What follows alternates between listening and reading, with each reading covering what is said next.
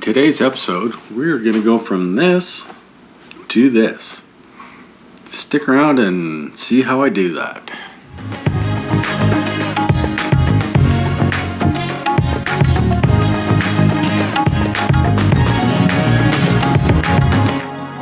Alright, welcome back to the channel. In today's episode, like I showed you, we're going to just more or less pick up where we left off before. So, as you recall, we did, I did, a bunch of pre-assembly, or initial assembly, whatever you want to call it, test fitting.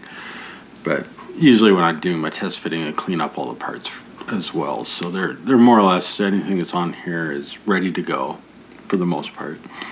So we're going to carry on with that. We ended off at the end of step 7, more or less. So get some of this out of the way. Just a quick review of what's what we got left. So sorry about the glare. The exhaust will need to get assembled. I'm going to solder that together, and then obviously test the fit on the chassis or on the frame and engine to make sure that's good to go, and then we'll be good with that. And the front end, and that's basically it, right? The front fork assembly. That'll be it for the pre-assembly component of it. I'll get the front forks all together, make sure they fit. I'll build up the hubs for now to make sure the spacing on the forks is good and all that sort of thing. Get them fit to the chassis or to the frame to make sure there's not going to be any issues there when it comes to final assembly. So we'll get all that done today. So we'll essentially have a naked bike done without wheels on it by the end of this episode. And that will be more or less all the the components of the frame and engine and so forth ready to go, ready to move on to finish work. So that'll be good. The only other parts then left to do any finishing work on, or rough work, prep work, whatever you want to call it, is the front fairing and the tank and the sort of seat fairing components and the fenders, and those will be sort of the body work episode, so to speak. So there'll still be a couple more episodes. Obviously, we're not done by any stretch of the imagination. A lot of work ahead of us. But by the end of, end of today, we're going to have all those parts cleaned up, sub-assemblies built up, and installed on the chassis as a test fit. So, here's all the parts. We've got, a bit of work, but more or less, with a couple exceptions, the parts I have in here need soldering in one form or another. So all the calipers I'm going to solder together, the two halves, because these calipers would have been one piece. As far as I can tell, I think they're one piece. They drill them through, and then they got like caps to seal them off. So I think that's the way these ones are done. That's the way it looks like it. There's no bolt detail on the outside. So, and I got to revisit my references, but I'm pretty sure. So anyways, unless I see evidence to the contrary, I'm going to be soldering those together, soldering the exhaust all up. The exhausts are painted black, so I don't really need to solder them, but it's easy enough, and it's a really good method of building this stuff up. And the hubs, look at one of the hubs. They're just two halves that come together. They're keyed, so they only go together one way. And I'm going to solder these, and then I'll probably throw them in the lathe and turn the inside here to get rid of the joint and to make them even, because there is a bit of a step there, and they don't quite match. So that's what I'll probably do there. And I'll show you a little bit of that in this episode of sort of the soldering. it's not going to be a full in-depth how-to. We'll see how it goes. I actually tried to do a soldering how-to on some of the other stuff I was soldering earlier for the bike here. I think on the frame. I can't remember what it was. And my the video ended up getting corrupted, so I couldn't use it. So it was a bit of a shame there. So anyways, we'll try that again. I don't solder here at this bench. I do it in my spray booth so I can use the fan to extract the fumes, so I don't stink the place up. And the fumes from soldering aren't good for you, especially when you're using acid as a flux. So anyway, that's just, I do it over there, so I gotta recompose all my camera gear over there, and I must have messed something up. So anyways, we'll try again and do that. Now the front forks are interesting. They must have done this just to make sure that they didn't get any sink marks in it or something like that. I'm not sure, but I don't know if you can see that, right? There's a big trough in the fork leg itself, and then there's this piece. There's two of them here, one for each side, that you're supposed to glue in and to fill that up and make them solid again, which is fine, easy enough to do. These on the race bike are on the road bike, these forks are painted black. On the race bike, they're polished aluminum. So I want to solder it all together again, so that and then I'll probably throw these in the lathe as well and just give them not turn them, but just use the lathe to spin them and give them a uniform finish and then polish them. So this needs to get soldered in. The base needs to get, it goes this way, but this goes on there like that, where the pour stub is. It's one piece in reality, so that needs to get soldered on as well, so that it can all be polished. So those three pieces need to be soldered on there. So a little bit of soldering work here. The exhaust, of course, like I say, I'm going to solder them all up and straighten the rotors up. They're all a little wonky. Yeah, they're a little bent, so I spent some time getting those straightened out, and I'll probably again put those in the lathe and just put a nice surface on the braking surface. They have a bit of a texture. They have, Model Factory here does this on a lot of their disc brakes. They put concentric grooves in them, which it's just to simulate a bit of wear on the rotors, I guess. But real rotors are not like that. They're smooth. They might get some irregularity on the surface due to the brake pads in use, but not these nicely spaced little striations, grooves in them. So they're not really realistic. So I might just give these a quick turn in the sand to get rid of that, and that should look better. So anyways, that is the plan for all this. A lot of bolts and little parts. The handlebars. One thing, this is the throttle side. There is the clutch side. So it will obviously we don't have the forks that it clamps onto, but it goes over here, and that's what this wire is for, if anybody was wondering. This is for the kill switch, which should be mounted on here, which they don't give you the kill switch, so that's omitted in the kit. So we'll have to do something about fabricating up a kill switch to mount to this, because I put the wire there, so I guess I'm obligated to build a kill switch, because there's no going backwards. I can't clip that wire out of there. So yeah, I got to figure out a little kill switch to put on it, and it's chrome, so If I can find a chunk of white metal to carve some little switch out of, I'll do that, polish it, and stick it on there. So that's the plan.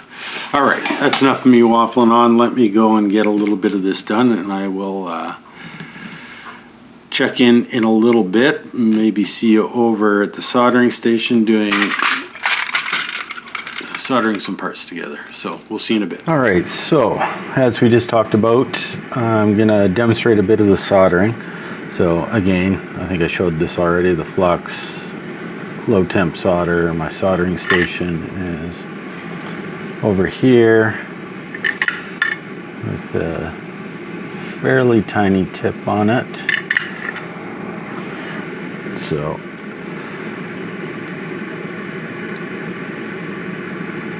I think we've already talked about, you know, prepping everything, get it all clean. I file the mating surfaces and get it quite clean. And then I just apply the liquid flux to the joint. You know, I want the joint wet, but I don't want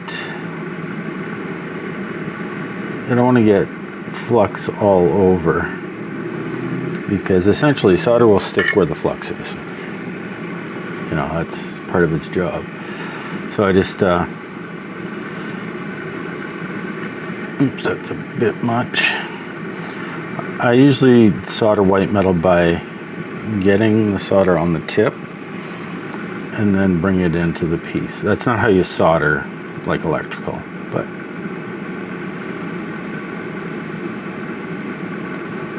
and then just run it along the joint. As you can see, it goes pretty quick. You know, it's a function of how hot I have my iron. I have my iron at 550 degrees Fahrenheit. And I have it that hot so that this solders really quickly, you know. I don't want to be on the material for very long. And if you got a lower temperature set on your iron, it's hard to, and you're on the material for a long time. What happens is you start getting the material really hot because it's a big heat sink. So the heat's just wicking away from the joint, and just instead of, you know, getting the joint hot enough to solder, it just spreads out. So then you end up getting the part really hot, and then you run the risk of melting the part. So having a really hot iron actually reduces that risk. So hopefully you saw that. I'll flip this one over. Parts like this, you know, where you got multiple solder operations to do on the same part, it's super important to keep it clamped, because you don't want the joint I just did on the other side to come undone when I add heat to do this side. It's kind of another reason why you don't want to just slather a bunch of flux on here either, because if it runs down, because it's a liquid flux, or any flux, it's a really good heat conductor. Right, so if it's all run down to the other joint, it's just going to carry all that heat with it to the other joint. So, you know, you want to pretty much keep it where you want the solder, and that's it. So again, I just picked up some solder, and then I'm just bringing it along the joint. You know, I'll go over and refloat a couple times just to make sure I get penetration. Something like this where I can't really get to the back side of the joint. Not ideal, but it still works. It just means you have to work it a bit more on the outside of the joint. Typically, if I could get to the inside of the joint, I would actually start soldering on the inside face and apply most of my solder there, and then wick it through from the outside, just using the iron to draw it through. But here I don't really have that luxury, so but I want to make sure I get enough solder on there that I fill the joint. And you know, this one I'll need to do a little bit of work to make this all disappear, so I want to make sure I have enough solder built up on the surface that I can use it as a filler. That's sort of the other great advantage here. Not only have I joined the parts together, but I've also filled the gap and added some body filler, essentially. So there is both sides of that done. So that's step one. These are the exhaust pipes for a motorcycle. So there's they're megaphone. So there's the cone that'll go on this end and the pipe that'll go on this end. And I'll solder them on as well. I won't show them in this. Maybe I will. We'll see. I have to go do some prep work. So the pieces were not quite the same length. One piece was shorter than the other, so I need to, you know, do some more prep work before I can solder the other pieces on. So, but anyways, there is that one done. So that's a good demo of, I don't know, it's a fairly fine piece. It's fairly thin, you know, and I think that's a good demonstration that even with a super hot iron, you know, I didn't risk melting this, you know, provided I had the joint super wet, you know, or wetted well with flux. It was clean before that. The joint was fairly tight, and I come in with a hot iron and I move quickly. Like, I'm not sitting there, and I'm not putting any pressure on the part either. I'm just touching it on there and then drawing the solder in with the heat, and it does its job. So that's a good demo for that one. Hey, I think you just probably saw me doing a little bit of soldering, and now I am, well, actually I've got it all done. I'm not going to show you any of this work, but just cleaning up some parts, and I'm using my lathe for this. You know, you can see this is all complete now. This is one of the exhaust pipes, the megaphone in there. I just have it in there like I'm done. I'm not going to show you, sorry. That even though this is a tapered part, I didn't cut it with the tool, obviously. I just used sandpaper to clean up. I filed it first and then just used sandpaper to clean up where I'd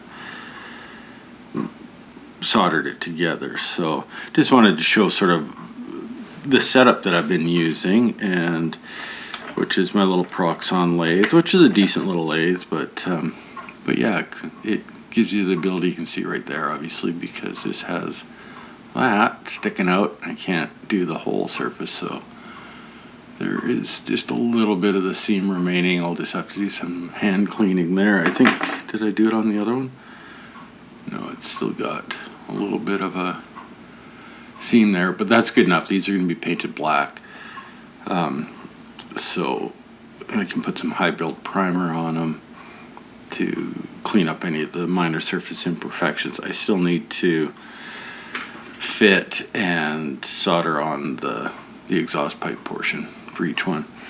So I'll need to do that when they're on the frame. But the ones I did turn, if you can recall, this is the fork leg.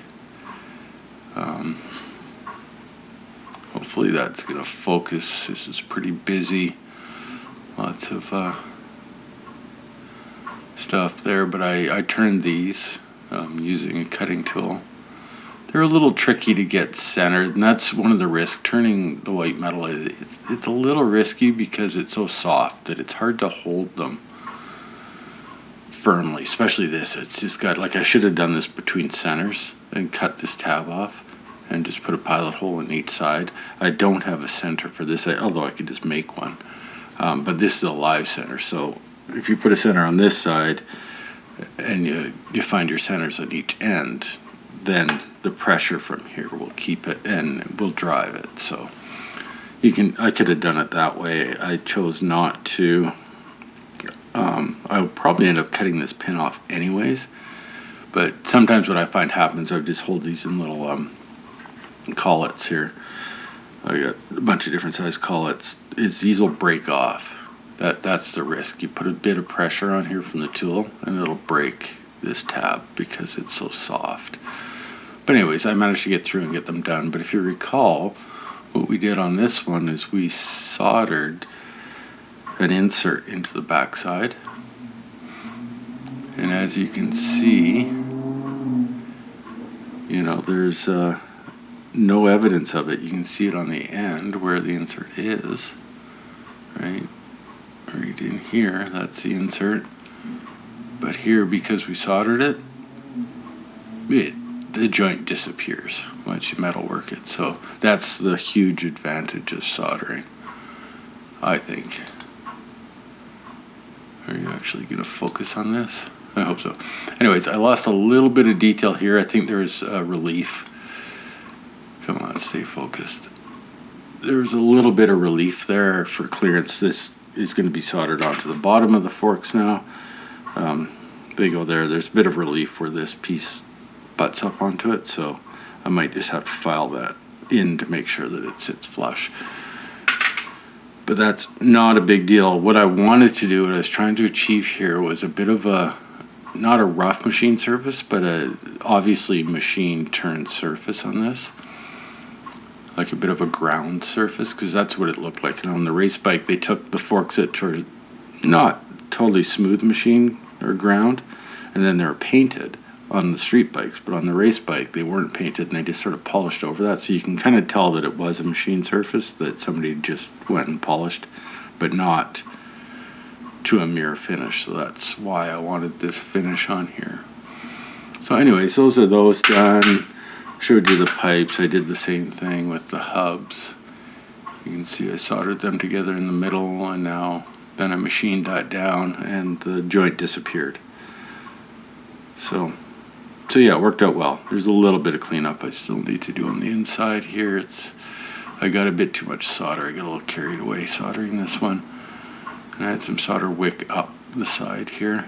So actually, looking at that now, I probably should chuck this back up and do a little bit more cleaning on that. But anyways, they're getting close. So yeah, getting those parts cleaned up, and then we gotta move back over to getting the frame on the bench so I can test fit the exhaust, get them pinned in place, and then solder those together. So, and then same with the forks, get the base of the forks prepped to solder the pieces I just turned on. So anyways, that's where we're at with it so far. I will check in again here shortly. All right, so there we go. I've got pretty much everything I want to test fit on the bike now. Some things are going to fall off, so I'll just try to give you a quick profile view of the bike. I've got the forks all assembled and test fit. The exhausts are on there. They're just loose fit right now, but they're all together, both sides. So yeah, that should be about everything I need to pre-assemble on the frame for alignment purposes, to make sure everything's going to work. I think next steps here are going to be pretty much the finishing work and getting everything final prepped and painted, and then we can start assembly. So yeah, pretty exciting. It's come a long ways. I'm just going to take some of the parts off here and show you them more directly. So yeah, like I said, I got the exhaust all done. We'll show you that. I'll get everything else out of the way. Got the front forks done. The tank is done. Done as in it's I can get it off of here. Oh, it might not come off actually with the forks on. Interesting. Oh, there we go. So it's glued together. I epoxied it, and then where there were some gaps, I used some easy sanding CA glue to fill in the gaps, so it should be ready to bodywork and start painting. Interesting on the tank here, let's get this out of the way. On the tank, you can see that there's these two lines. Those are actually grooves cast into the resin, which, so on the race bike, the tanks were fiberglass, and they left this part here unpainted. So these lines are the guides to mark off where to mask them off when you paint the tank. But the real bike doesn't have grooves here. Like, these are actual grooves, you know, so I'm going to fill those in. And then, you know, use masking tape. Obviously I'll know where they are because I'll have filler in them, but I don't want these indents here because that's not very realistic. So anyways, but it's nice that the way they molded this with this sort of amber resin, transparent resin, it mimics the fiberglass look. But to help with that, I don't know if it shows up on here or not. What I did, yeah, it's kind of hard to see. Yeah, you can kind of see it there. You can see how it kind of looks a little scuffed up on the inside, because that's what I did. I took sandpaper to scuff it up, and then I used clear coat on the inside to sort of mimic the look and the opacity caused by the actual fiberglass itself. So it just doesn't look like clear plastic or amber plastic. So that's what I did to prep the inside. So the inside's all done. Obviously can't do anything with it now. But all these areas here where you can see the joint, that's all gonna be covered with paint. This line doesn't come all the way to the bottom, it only comes to about there. That'll be left clear, so you won't see that line there that's created by the glue. That won't be visible, so that's fine. Yeah, so that's the fuel tank. It is ready to go. You know, the exhaust pipes, they're not quite, I haven't quite got them fully finished yet, but these ended up needing a bit of work. I think I showed you a little bit about how I cleaned up after I soldered the megaphone together, how I cleaned up in the lathe, which worked out really well. There's a few little joint lines still there, but these got to be painted black, like I said, so I can use some high build primer to get rid of any of those kind of defects. This, I don't quite know how it's going to look yet until I get some primer on it, so it might need a bit more body work, but that's okay. But when I test fit these before I joined the pipe, you know, the exhaust pipe coming out of the head to the megaphone, the joints, I don't know, right around here, it was about 2 mil too short. So it's always a good idea to test fit everything as it's going to sit on the model, because you never know, like, why that's 2 mil, and both of them were like that, both sides. And yeah, which is a little baffling, why they were both pretty much the exact same dimension, too short. You know, I was kind of thinking maybe I had something installed incorrectly or something, but you know, this comes out of the head here, and it's got its other locating on the frame right there. You know, and as you can see, the engine is firmly, I've got it actually screwed into the frame there, and then the third one lines up here, so the engine can't be, you know, out of alignment because it's a triangle. As soon as you move one of them, others aren't going to line up anymore. So the engine's located properly. You know, the frame couldn't, the only way this distance from there to there could be off would be if this distance was off. You know, because again, we got a triangle that locates the motor, so it's not going to be off that way at all. You know, and if it was off this way, it's impossible. It can't, right? So, anyways, just the way it is sometimes with these kits, stuff shrinks a lot. It's just I found it quite interesting that both were off almost the exact same amount. So what I did to fix that is I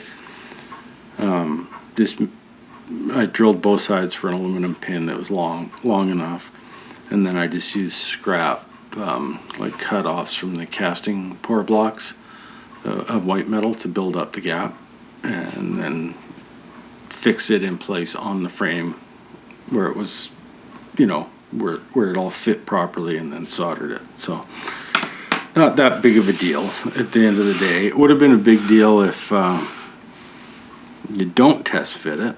And there's the other one. You can kind of see actually where the gap was on camera. You can see right where my thumbnail is there, to not quite that line I scribed in there, but that little area right there is the material I've added to this. So you can see it's a little rough still. It'll need probably a little bit of filler on it. I didn't want to mess with it too much. I might just sand it down a little bit more, but once I get some primer on here, that'll become more obvious. So anyways, that is that.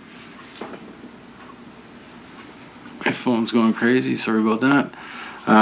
That's the exhaust, that's that, and I got the front end done. Just show you this. So I think I showed you the fork legs. I soldered the piece that's on the inside, and then I turned them in the lathe, so the joint pretty much disappears. These will be fine just to polish them as they are. Let's see if I can get one of these apart. There we go. Yeah, so the inside there, as you can see, you know, there's no evidence of where that insert piece was soldered in there. And then I went ahead and got everything aligned and soldered the bottom part to the upper part, you know, so you can see where it's discolored here. That's obviously the byproduct of the acid flux and the solder. It needs a little bit of cleaning up still, but then, you know, I'll just clean this up and then polish this whole assembly and it'll look great. So those worked out really well. Happy with that. Yeah, so there's the fork legs. I think I showed you. I soldered these together and then machined them to clean up the centers. So they turned out really well. I ended up just drilling these out and just made an aluminum axle that'll hold everything. They were supposed to be screwed, you know, screw in from each side into the hub. But I don't typically like to use the screws. I don't know why. On stuff like this, I'd rather have an axle because it just helps align everything. So that's what I did. Regardless, there's a piece that'll go over that'll simulate the nut for the end of the axle, and a cap for the other end, so that'll cover everything up and it'll look fine. So even if you use screws, it would be fine, but in terms of appearance. But this helps, I find, just align everything a little bit better, so that's why I do it.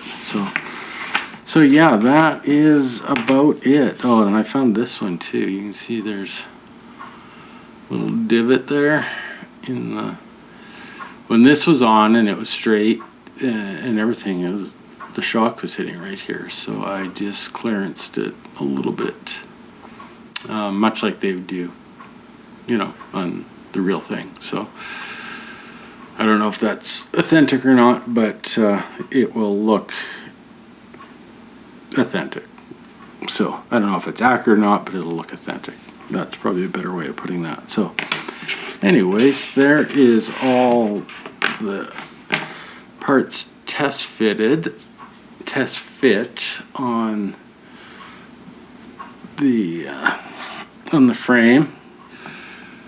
Got everything ready to go. So next steps is, you know, now to go basically do the formal assembly process. So I'll probably backtrack, and my next thing I'm going to do is the wheels. I'm going to build the wheels and the chain. We've got at least all the critical components that would sort of affect the overall assembly. We've got that all test fit. Onto the frame, we've got the wiring harness built out. Got a few things actually finished, the engine, that sort of thing. So yeah, we're on our way. So the next episode, like I say, in a couple of weeks, we shall see the chain built. Oh, one thing I was going to mention is I did a separate video on soldering, so I don't think I showed any soldering in this, or I might have just shown a couple clips of me doing the soldering, but I didn't go into any detail on it in this video. I shot and made a separate video which is uploaded on my channel now, so if you haven't seen that, you can go back and find it in the how-to section, and if you're interested to see how I solder white metal. So anyways, with all that said, thanks for watching, much appreciated, and we will see you in that next episode. So take care, bye-bye.